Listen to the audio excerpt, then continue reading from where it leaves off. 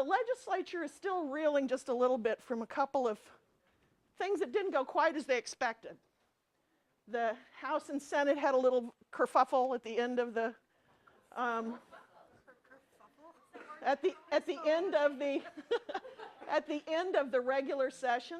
You know, people picked up their toys and went home when maybe they shouldn't have. And then they had a couple of special sessions, one productive in producing a budget, and two others that weren't quite as productive. So there's a little angst in the air.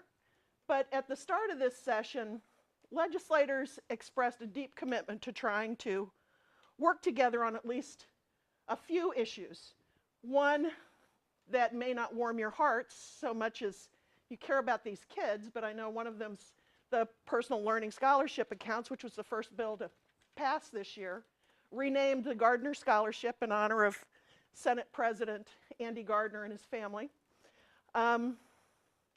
It is what you would describe as a voucher bill, but it also serves some very needy families, and I think that all of you probably have some empathy and sympathy for the kids and families that are served by that, but I think you also have a little bit of healthy skepticism about the kind of, you know, loopholes that might be exploited. And time will tell, but that bill has passed, the governor has signed it, it's law. So that one's already on the shelf. The other thing that has been kind of a bit of a controversy is the governor would very much like to give a very substantial tax cut. He's talking $1 billion, which would be difficult. He's done a little bit of creative, you know, financing on how he would pay for that.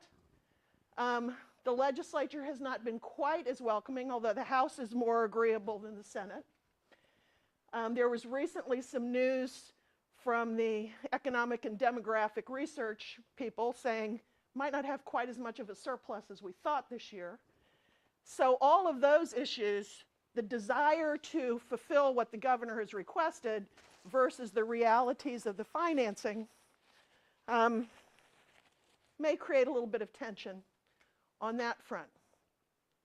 It is unlikely that one of the big issues that split the legislature in the last session, healthcare, is going to see much resolution.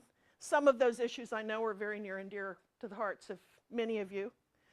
And I think it's most likely that at the end of the day, because it is an election year, a big election year, a presidential election year, that there will probably be a lot of talk that's big, but most people seem to believe that there won't be a lot of legislation that's big, particularly not in education. So although there may be many bills that are of concern or interest to you, there's slightly less chance that some of them will pass only because you want to avoid controversial issues when you're knocking on doors and asking for votes. So that may temper what happens, so don't necessarily be alarmed at grand speeches about a bill that terrifies you, like bringing guns to school. The likelihood is that those kinds of bills, maybe not necessarily that one, are not as likely to pass as might be true in an off-election year. The lesson to take home from that is look out for it next year. because if there's one thing that's true about Tallahassee is if it didn't pass this year, you better believe you're going to see it again. And that's really the case with a number of bills that we're seeing now. There were bills that got left on the shelf at the end of a truncated session that have now been reintroduced. Or they're issues that were put only in the budget. And you all know that the budget and the implementing bill have a lifespan of 1 year, whereas every other bill is there forever until somebody amends or repeals it. So anything in the budget or the implementing bill will go away unless reenacted in a budget or implementing bill or placed in a regular bill. So things like the Best and Brightest Teacher Scholarship Program that made it into the budget. Many people are still asking how, because the Senate wasn't particularly interested and hadn't really considered that bill, but the House was very anxious to pass it, in large part because the chair of the House Education Appropriations Committee, Representative Fresen, was very much in favor of trying it. So it made it into the budget probably as a compromise for some other things that maybe the Senate wanted in the budget. But now we have legislation to try and modify it somewhat from the Senate, so they no longer match. Are you all familiar? Is this a bill that you all care about? No? Okay. Then we won't spend time on it. Let me, yes, you do. Okay. As was written in the budget last year, the best and brightest gave a $10,000, up to $10,000 award to teachers who scored in the 80th percentile on their high school SAT or ACTs. Now, many people thought that that provision was tailor-written to reward Teach for America teachers, and probably it was most convenient for them. But not necessarily. Any recent graduate would qualify. The problem was that if you were a veteran teacher who was outstanding, you would have a much tougher time being able to qualify. And the Department of Education made an effort to try and make it a little bit easier for those who had graduated some years earlier, but it still didn't bridge the gap of equity and fairness. So, as I mentioned, the Senate wasn't really interested in the proposal during the 2015 session. But this year, Senator Legg has proposed some language that says, how about you have to have completed your second year of teaching, you had to have gotten 60% or better, scored 60% or higher, as opposed to 80. And you also had to have been evaluated as highly efficient. That kind of opened the door a bit, still presents some problems, but it broadens the door a bit. That's how things stand at the moment. You may hear some consideration of this week. By the way, you picked a great week to be here, because you're going to get budget, you're going to get your recess issue that I heard you all talking about earlier. I know it's of huge interest to you. A number of other bills are going to be heard this week. So while you're here, you'll have lots of chances to advocate. And it's Children's Week, that's right. Let me talk for a minute about what to expect with the budget. So far, we only have the governor's budget, but we're going to see more this week. The governor talks a great deal about historic funding. Please let me remind you that any year you got more money than last year is historic. He is referring to comparisons to the 07-08 fiscal year before the recession and regaining ground in the total funds per student. But folks, you need to look deeper than that. If you look, let me find a couple of numbers for you.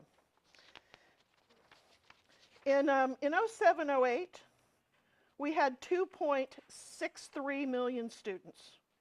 In 16-17, we've got 2.8. So we've got a lot more kids. That's one thing to remember. In 07-08, the ESC guarantee was 1.1 billion.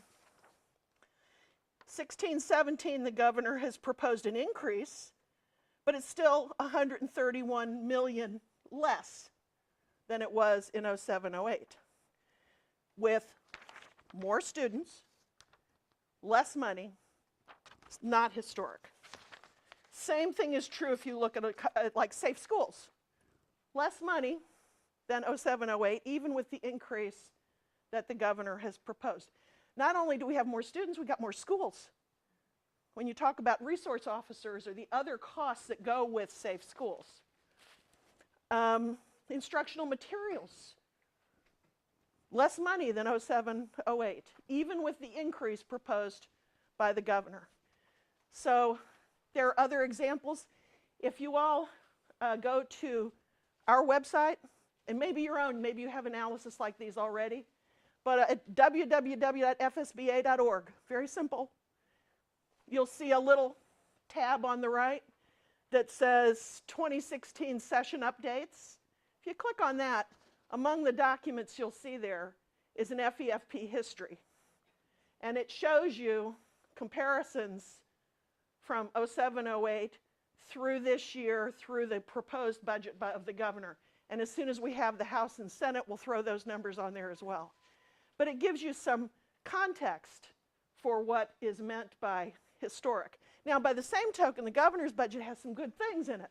It has a separate line item for the 300 lowest performing schools. Now, again, you may have questions about whether or not there ought to be 300 lowest performing schools getting an extra hour of instruction. But one of the bigger issues was that it depleted your funding for reading and for supplemental academic instruction. So putting that in a separate category so that it was only directed to those schools is a fairness issue, an equity issue. So that's a good thing. And there were some other reinstatement of the adults with disabilities funding that got dropped last year. A couple of other items that are very powerful and helpful and we would want to support, or at least my association would want to support. But don't be lulled by this glib description of historic funding. You need to be sure that those issues that you care about are also seeing the increases that people have been talking about. So we will learn more this week. In terms of other bills this session, I want to highlight a couple that matter to my association. I hope that they matter to yours. One is House Joint Resolution 759. This, or I guess the Senate bill, is 976 by Representative Stargell. This is a constitutional amendment that calls on the state to create, the State Board of Education to establish a new charter school authorizer. Are y'all familiar with this bill? Heard a little bit about it? This is a troubling bill, not the least of which is that with the separate authorizer, you're essentially creating two tiers of public schools. As long as charter schools are public schools, how do you have two different governance structures? How do you ensure equity? How do you ensure uniformity? It's a very troubling proposal because I think it will be popular with the public, and there is a lot of money that would support passage. I would encourage you all to keep track of that bill and see how it proceeds. Another one is House Joint Resolution 539, and the Senate bill is 734. This is a proposal to allow school districts to be subdivided and be governed by city and county governments. Have any of you ever served on an attendance boundary committee? When I was in Miami, in Dade, I chaired the attendance boundary committee for 2 years. You can imagine, Miami-Dade's a really complex society. And I chaired it for 2 years, and both years I routinely had my life threatened. Okay? This is how seriously people take where they live, where their kids go to school. Now, you think you can subdivide any district, let alone one, a large district like Miami-Dade, even a small district, by city. Think of a district that has one high school, 2 middle schools, and 3 elementary schools. And some city within that county wants to take just the ones that are within the city boundaries. Think about that.